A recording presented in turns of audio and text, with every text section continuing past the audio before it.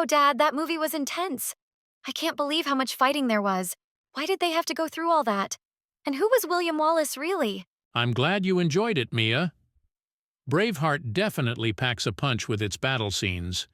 William Wallace was a real historical figure from Scotland. He became a leader in the Scottish fight for independence from England in the late 13th century. The movie takes some creative liberties, but it captures the spirit of his resistance against English rule. So he was like a hero for the Scots?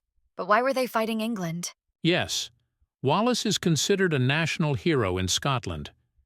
At the time, England under King Edward I, also known as Edward Longshanks, wanted to control Scotland.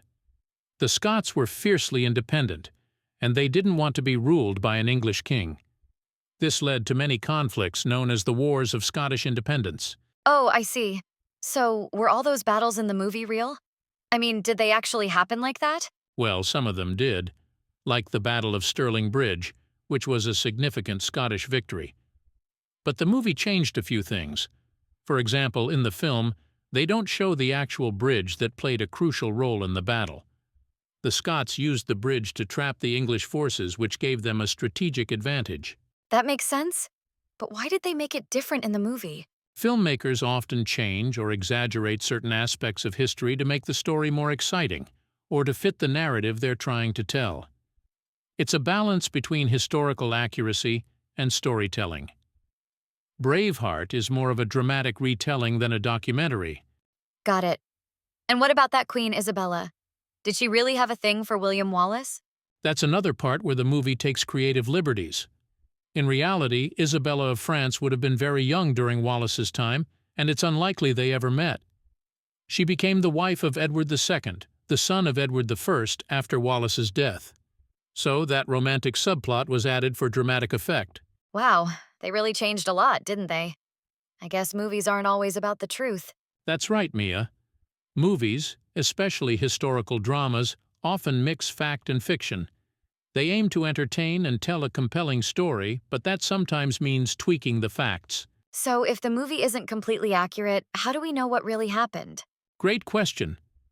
Historians use various sources like documents, letters, and accounts from the time to piece together what likely happened. They look for multiple sources that confirm each other's information. And of course, some parts of history are still debated today because we may not have all the facts. That sounds like a lot of detective work. I think I'd like being a historian, finding clues about the past. It is a lot like detective work. You're piecing together stories from long ago, figuring out motives, and understanding how events unfolded. It's one of the reasons I love teaching history. You get to explore so many interesting stories and learn from them. I bet your students love it when you tell them about things like this. Do they get as excited as I do? I hope so. I always try to make history come alive for them, just like we're doing now. History isn't just about dates and facts. It's about people, their choices, and the consequences of those choices. It's full of drama, adventure, and sometimes even a bit of romance. Speaking of romance, I can't believe Wallace painted his face blue for battle. Did the Scots really do that? The blue face paint is another creative addition. It's inspired by a group called the Picts, who lived in Scotland much earlier than Wallace's time and were known for painting themselves blue in battle. The filmmakers used that imagery to create a more visually striking character in Wallace. That's kind of cool, actually. It makes him look fierce and different from everyone else.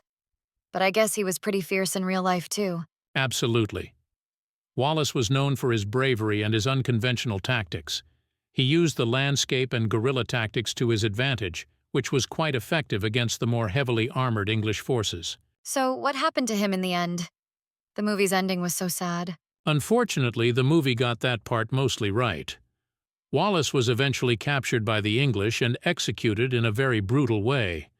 His death was meant to serve as a warning to others who might resist English rule. But instead it made him a martyr and further fueled the Scottish desire for independence. That's really sad, but also kind of inspiring. He never gave up on what he believed in. That's the legacy of William Wallace. Even though he didn't live to see Scotland free, his efforts and sacrifice inspired others, like Robert the Bruce, to continue the fight for Scottish independence. Eventually, Scotland did gain its independence, though it took many more years and battles. Robert the Bruce? He was in the movie too, right? Did he really betray Wallace? Robert the Bruce is a fascinating figure. In reality, his relationship with Wallace was complicated.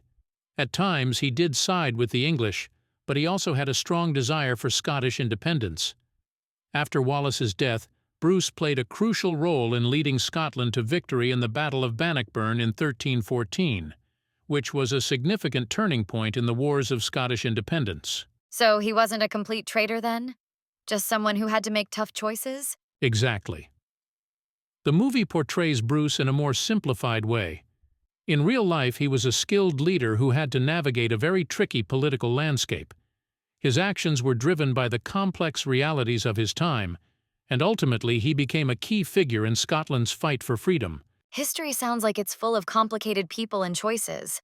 It's not just good guys versus bad guys, is it? You've got it, Mia. History is rarely black and white. It's filled with shades of gray, where people make decisions based on their circumstances, beliefs, and what they think is right at the time. Understanding those complexities makes history even more interesting. I guess that's why you love teaching it so much.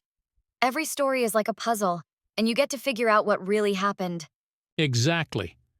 And it's even better when I get to share it with curious minds like yours. Keep asking questions, Mia. That's how we learn and understand the world around us. Thanks, Dad. I always learn so much from you. Maybe next time we can watch another historical movie, and you can tell me what's true and what's not again. I'd love that, Mia. How about we make it a tradition? We'll pick a new movie every month and explore the history behind it together. That sounds awesome. I can't wait for our next movie night. Me too, Mia, me too.